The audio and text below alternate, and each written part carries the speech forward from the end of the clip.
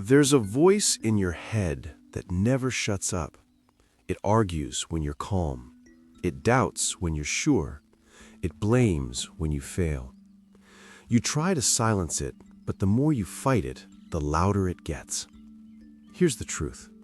Your inner voice isn't your enemy. It's your misunderstood teacher. That voice is the narrator of your entire life, and if you don't learn to work with it, you'll always feel like you're fighting yourself. Because the war isn't out there, it's inside. And once you master the dialogue within, the outside world stops controlling you.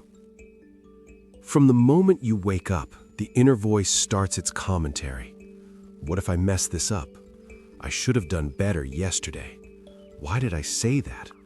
It's constant, a background soundtrack you can't mute. But that's because the mind's job is to narrate, to make sense of the chaos. This voice evolved to help us survive, to warn, analyze, and predict. It's not there to hurt you, it's there to protect you. It just doesn't always know the difference between danger and discomfort. The problem isn't the voice itself, it's believing every word it says. Your inner dialogue is built from every experience, every word, every emotion you've absorbed. Your parents' warnings, teachers' criticism, society's expectations, all stitched together into a single narrator. That means most of your inner voice isn't even you. It's an echo of everyone who ever influenced you. And when you repeat those old thoughts without questioning them, you keep living someone else's story. But the moment you pause and ask, wait, is this my truth or something I inherited?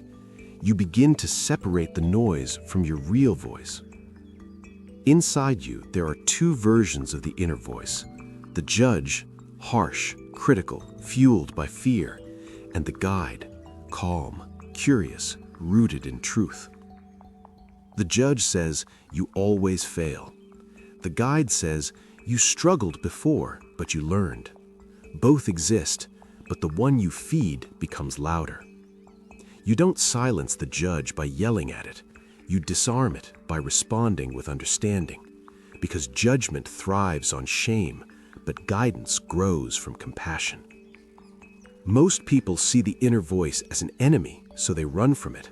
They distract themselves, scroll endlessly, stay busy just to drown it out. But silence isn't healing, it's avoidance. And what you avoid grows stronger in the dark. The truth is, your inner voice just wants to be heard.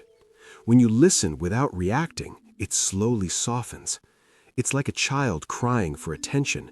The more love you give it, the less chaos it creates. Neuroscience shows that your inner voice activates the same brain regions used for external speech. That means your brain treats self-talk like real conversation.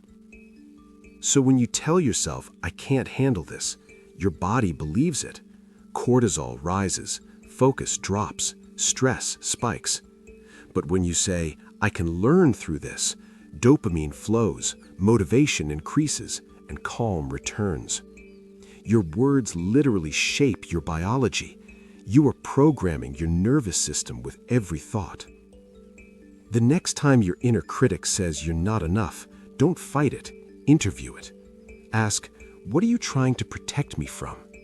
Maybe that voice fears failure, rejection, or embarrassment.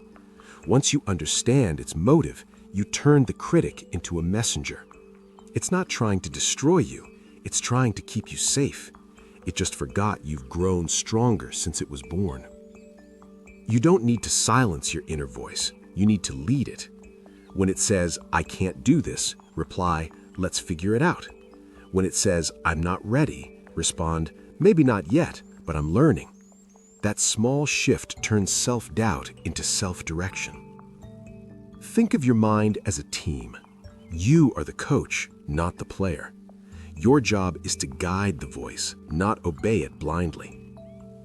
You can't manage what you don't notice, so start observing your inner dialogue throughout the day.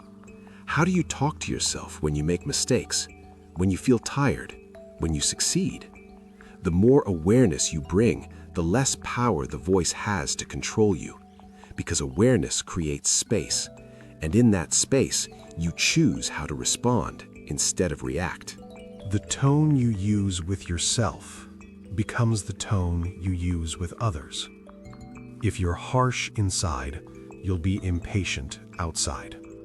If you're gentle within, you'll radiate calm around you. The world mirrors your internal dialogue. That's why people who speak kindly to themselves often make others feel safe.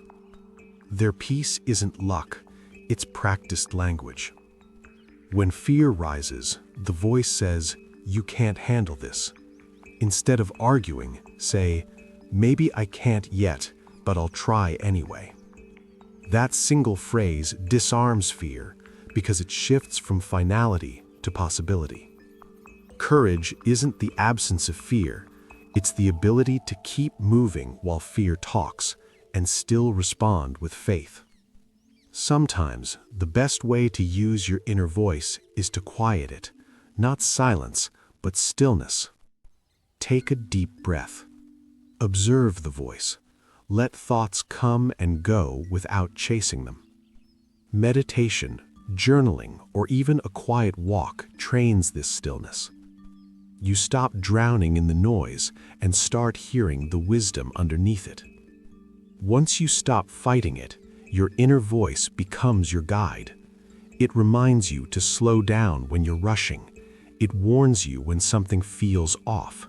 It comforts you when no one else is around.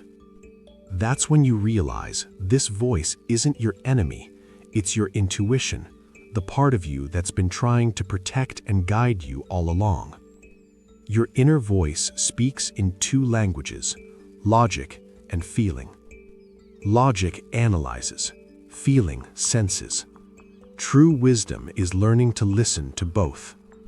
When your logic and intuition align, that's when clarity appears. The voice doesn't just think, it knows.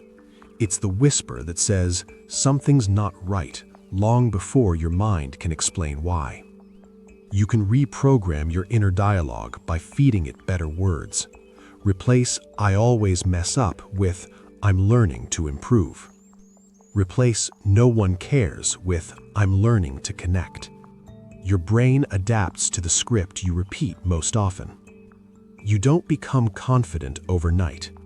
You become confident when your inner voice finally believes you deserve to be. When life spins out of control, your outer world screams, but your inner world decides the volume. If your voice panics, chaos multiplies. If it stays calm, chaos loses its grip. That's why the greatest strength isn't control, it's composure.